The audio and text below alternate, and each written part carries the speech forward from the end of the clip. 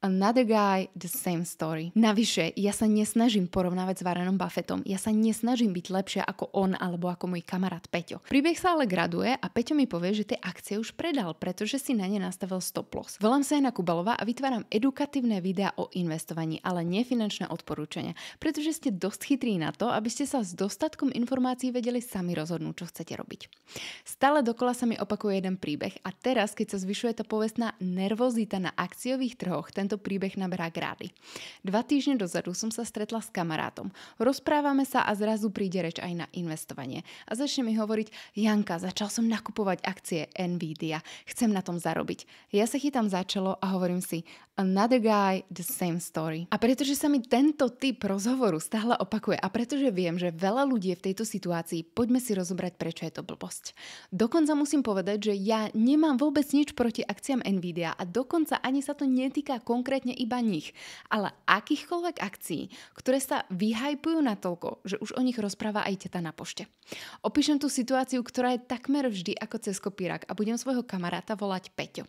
Peťo mi začal rozprávať o tom, že začal investovať do akcií konkrétnej firmy, v tomto prípade Nvidia. Ja sa snažím zistiť jeho motivácie, prečo sa tak rozhodol a rozhovorom sa vždy nesie veľmi silno komunikované, lebo tej firme verím. Veríš tej spoločnosti? Áno, ja v tom vidím budúcnosť. A tu je krásny hneď prvý príklad, v čom presne vidíš budúcnosť. V čipoch a AI, v tom, že ten trh je budúcnosť. Ja sa s tebou shodnem na tom, že máš zrejme pravdu, že v tom je budúcnosť, ale predstavme si, že my dvaja spolu teraz sedíme a je rok 2000. Máme rovnaký rozhovor s jediným rozdielom, že ten trh, o ktorom sa rozprávame, sú mobilné telefóny. A ty mi hovoríš, že v tom vidíš budúcnosť. A ja s tebou súhlasím. Pozrime sa, na čom dneska vysledujete toto video a kam sme sa dostali od čias 3310. Rozdiel ale je v tom, že aj keď ešte v roku 2000 by ste určite tipovali, že víťazom tohto trhu bude spoločnosť Nokia a v roku 2000, keby ste si na jej vrchole nakúpili akcie za 10 000 eur, tak dnes, aj keď zabudnem na infláciu, máte na svojom investičnom účte 550 eur. Mobily ušli obrovskú cestu, ale Nokia na tomto trhu nezvíťazila. Tu si môžete pozrieť, že v roku 2000 sa jej akcie predávali za maximálnu cenu vyše 60 eur. No a dnes sme na cene 3,46 €. Dostávame sa ďalej a Peťo mi povie, že si vybral zo pár jednotlivých konkrétnych akcií a 2 ETF-ka, do ktorých investuje. Hovorím si, fúha, poďme sa pozrieť na druhú vec, prečo je to blbosť. Nakupovať len zo pár konkrétnych jednotlivých akcií spoločnosti je naozaj odvážne, nakoľko aj ten najlepší investor v najdlhšom období, Warren Buffett, nenakupuje jednotky akcií, ale veľké množstvo akcií, pretože on sám vie, že svoj zhruba 20% priemerný ročný výnos nedosiahne tak, že uhádne spoločnosti, ktoré zarábajú 20% ročne. Ale takže nájde tie, ktoré zarábajú viac a tie mu vykompenzujú to, že nakúpi aj tie spoločnosti, ktorým sa nebude tak dariť. Tu si môžete pozrieť jeho aktuálne portfólio, ktoré sa skladá zo 41 pozícií, ktoré drží. A nie sú to len konkrétne spoločnosti, ale sú to tiež niektoré ETF fondy, ktoré mu tvoria celkovo to jeho portfólio. Áno, Warren Buffett to vie robiť efektívnejšie, aj výnosnejšie ako index S&P 500, ale nezabúdajte, že na rozdiel od vás aj odo mňa, on nečíta výročné správy. On ide na obed s ľuďmi, ktorých ešte len budú písať. On nečíta nadpisy a investičné články. On má pod drobnohľadom predstavenstvo spoločností, do ktorých investuje. On najíma tých najlepších ľudí sveta a aj tak ten 20% priemerný ročný výnos nedosiahol tak, že má jeden rok 22% a druhý rok 18% a stále je okolo 20%. Ale tak, že má jeden rok kľudne aj plus 30%, ale naopak niektoré roky má kľudne aj minus 13%. Navyše, ja sa nesnažím porovnávať s Warrenom Buffettom, ja sa nesnažím byť lepšia ako on alebo ako môj kamarát Peťo. Ja sa snažím o to, aby som si investovaním zabezpečila svoju budúcnosť. A to, ako sa to darí ostatným, môj výsledok vôbec nejako neovplyvní. Nesnažte sa porovnávať s tým, čo robia ostatní, najlepší ľudia na svete alebo vaši kamaráti. Porovnávajte sa len s tým, čo robíte vy, respektíve najmä s tým, ak by ste vôbec nič nerobili, teda neinvestovali vôbec. A hneď tretia vec, ktorú mi Peťo prezradí, je, že tie 2 ETF, ktoré si nakúpil, sú S&P 500 a ETF Nasdaq. Toto sa niekedy líši, lebo niektorý Peťo si nakúpi napríklad len S&P 500, prípadne si nenakúpi vôbec žiadne ETF-ko, pretože predsa dosahujú len priemerných výnosov. Hovorím si, OK, prezradil si mi, že konkrétne akcie Nvidia tvoria svojho portfólia dosť veľkú časť, pretože si do nich investoval najviac.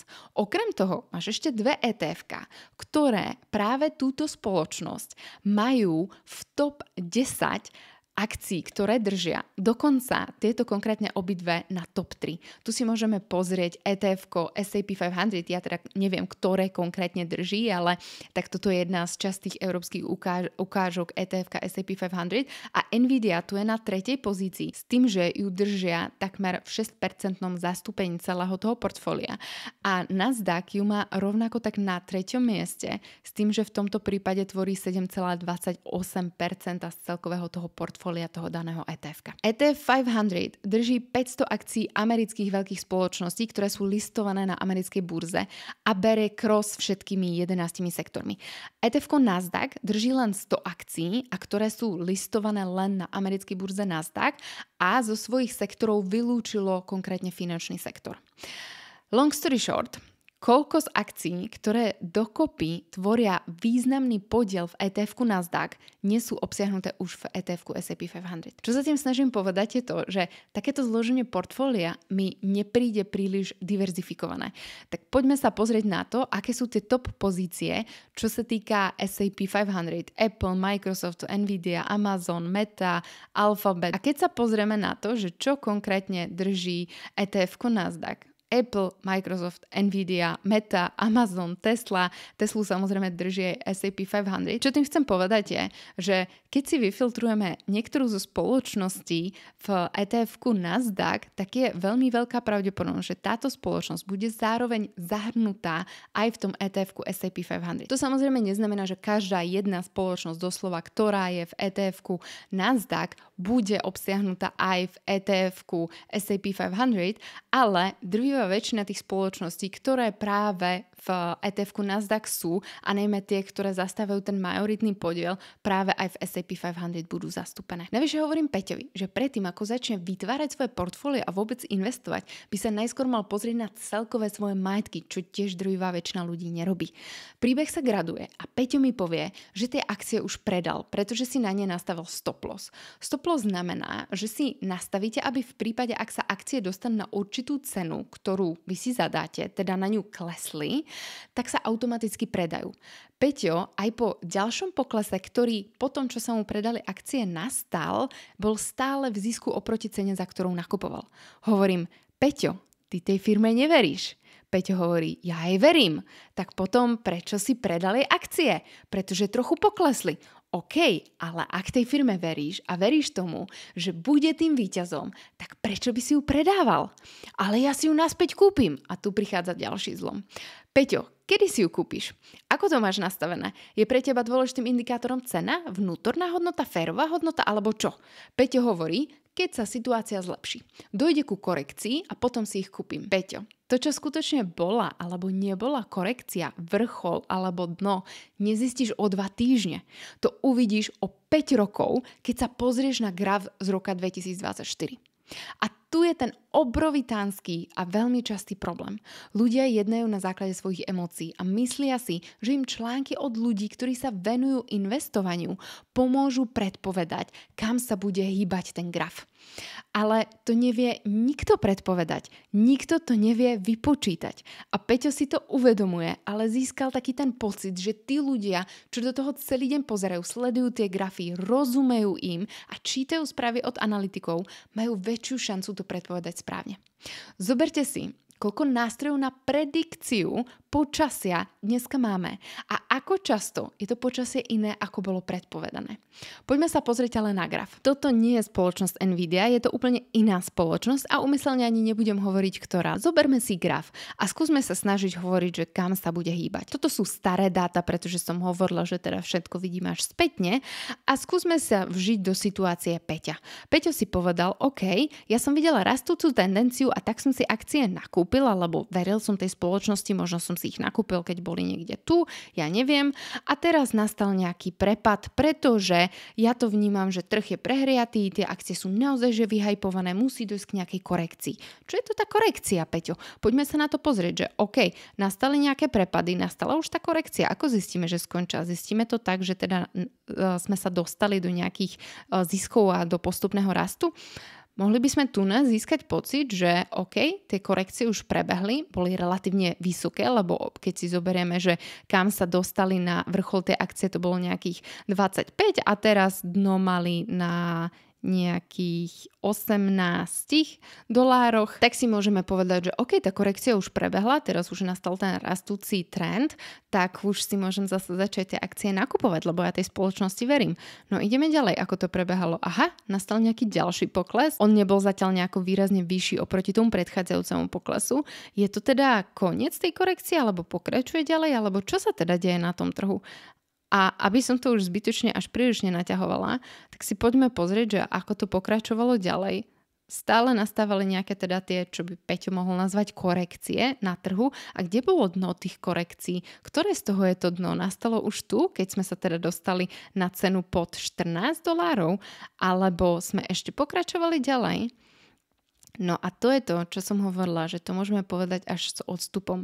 Ja sa dostajem o nejakých zhruba 5 rokov ďalej a keď vidíme ten graf z porovnania, to nie sú dneska ešte dnešné dáta, ale sme stále v nejakom roku 2016, tak si môžeme povedať, že OK, teraz už môžeme povedať, že skutočne v tom roku 2012 nás začala nejaká korekcia, ktorá za toto obdobie mala svoje dno priamo tu 15. apríla 2013 a potom ten graf teda postupne začal rásť, samozrejme, že tu nebol kontinuálny rast.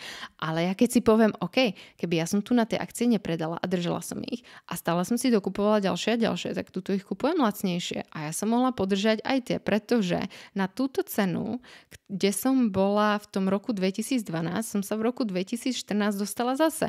Čiže od roka 2014 aj to, čo som nakúpila túto v tom roku 2012 už som zase začínala mať zárobkové a nehľade na to, že tie, ktoré som kúpila túto lacnejšie, tie už mi zarábali oveľa skorej.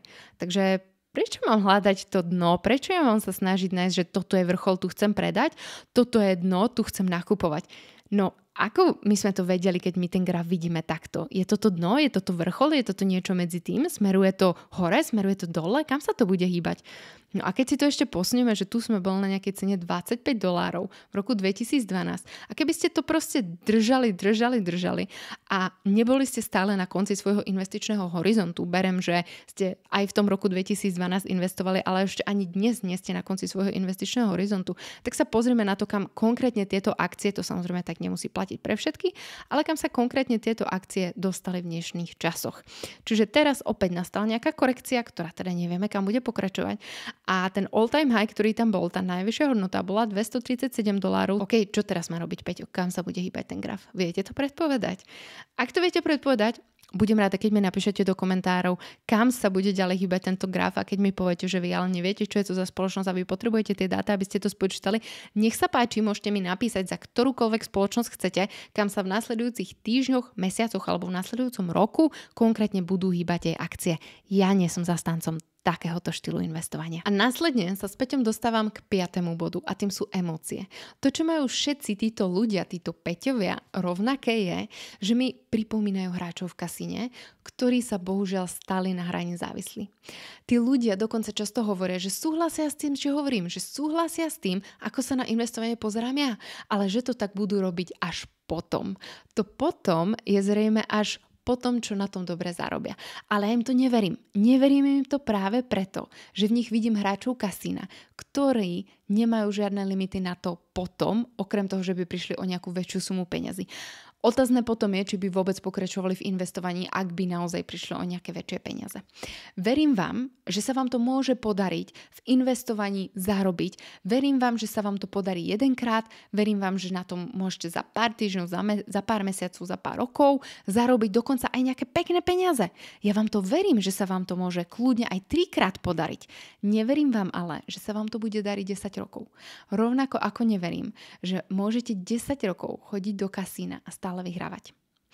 Začali ste takouto formou investovať, podarilo sa vám to, zarobili ste pekné peniaze a poviete si, fajn, to je skvelé, teraz už to idem pokračovať nejakým menej rizikovým spôsobom a tie peniaze mi v tom dosť pomôžu, lebo teraz som zarobil nejaký väčší obnos, povedzme.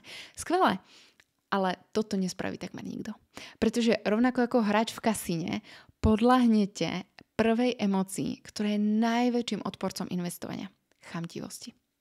Ak sa mi to podarilo teraz, podarí sa mi to znova. Zarobil som na tom nejaké peniaze a keď takto budem pokračovať, môžem byť milionár o pár rokov. Ja vám to dokonca aj prajem, ale neverím vám to. A viete prečo? Pretože sestra chamtivosti chodí vždy hneď za ňou a je ňou strach. Strach spôsobil to, že Peťo napriek tomu, že mi hovorí, že tej spoločnosti verí, tie akcie predal. Napriek tomu, že na nich stále dobre zarábal. Napriek tomu, že mi hovorí, že v tej firme je budúcnosť. Napriek tomu, že tá firma nemá žiaden problém a nevyzerá to, že by išla skončiť. Napriek tomu ho premohol strach a tak ich predal. Tieto dve emócie chodia vždy za sebou a spôsobia, že u investovania nevydržíte. A ten, kto to nevydrží, nebude profitovať zo zloženého úročenia. Mimochodom na zložené úročenie je predchádzajúce video, tak si ho nezabudnite pozrieť. Navyše, ak akcie predáte za menej ako rok a zarobíte na nich viac ako 500 eur, vzniká vám daňová povinnosť. Teda v prípade, ak ste slovenský daňový rezident.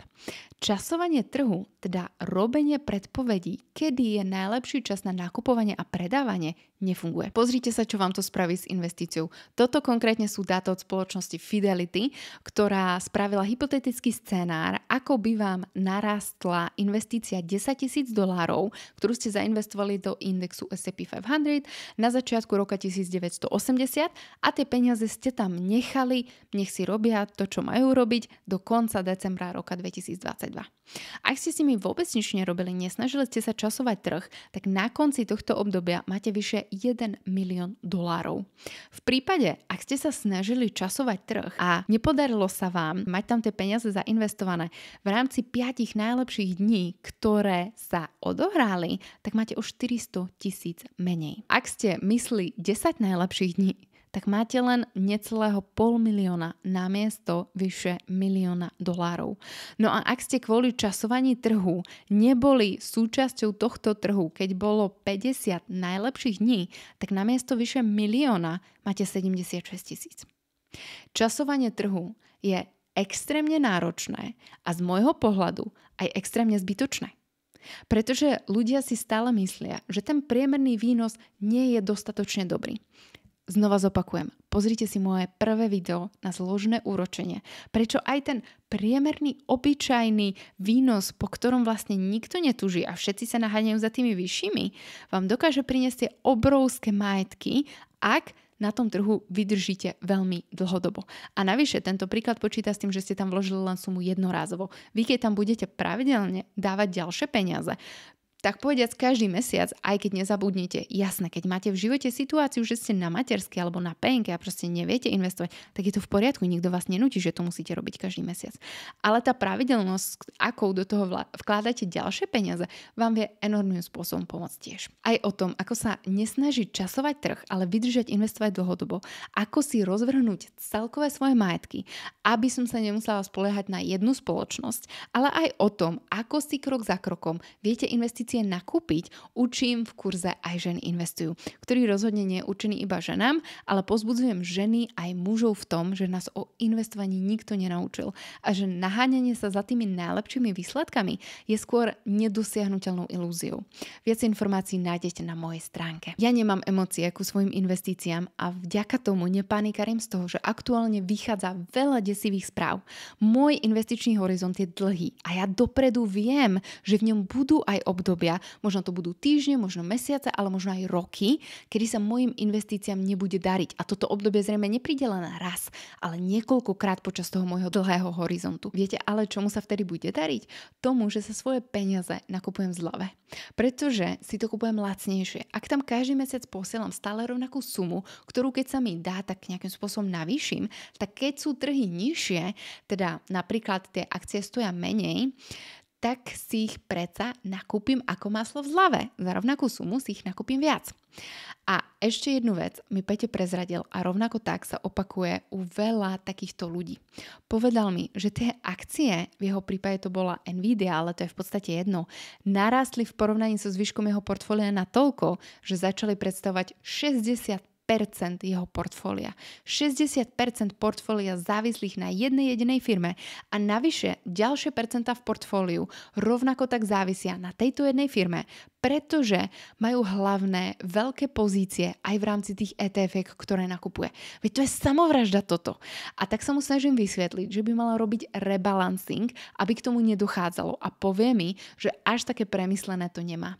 A rovnako tak to platí pre väčšinu ľudí, ktorí objavia investovanie a začnú nakupovať veci, o ktorých sa zrovna veľa rozpráva. U všetkých Peťov, s ktorými som sa o tomto rozprávala a boli medzi nimi aj ženy, aj keď ich bolo výrazne menej, ale to aj z dôvodu, že zatiaľ ešte stále veľmi málo žien na Slovensku investuje.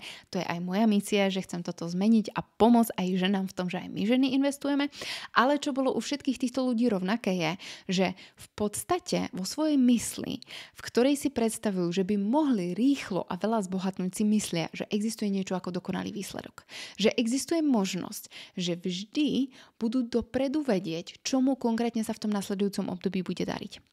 Niečo vám prezradím a ja viem, že vy to viete túto vpredu v hlave, ale chcem, aby ste si to uvedomili, skutočne uvedomili aj túto vzadu. Nikto, a opakujem, nikto na svete nevie vychytať tie najlepšie príležitosti, aké existujú. Ak sa vám raz podarí nejaký skvelý kúsok, zarobíte veľa peňazí, môžete na to pozerať tak, že je to extrémne super a že vám to zlepšilo váš priemer a že vám to pomohlo v tom, že keď budú zlé roky a oni prídu, tak toto vám ich vykompenzuje. Alebo môžete podľahnúť predstave, že ak sa vám to podarilo jedenkrát, môže sa vám to podariť dvakrát, trikrát alebo aj navždy. Držím vám v tom palce, ale myslím, že tak nebudete ani šťastní, ani bohatí. Hlavne nie pri investovaní do biznisu niekoho iného. Dávajte na seba pozor vo svojej bezpečnosti, nezabúdajte byť svojim pánom nad algoritmami, ktoré za vás rozhodujú, čo máte sledovať a kliknite na odber a zvonček na tomto kanáli, aby ste dostali ďalšie informácie o nových takýchto videách a nezabudnite, že historické výsledky a budúcnosť sú dve odlišné veci.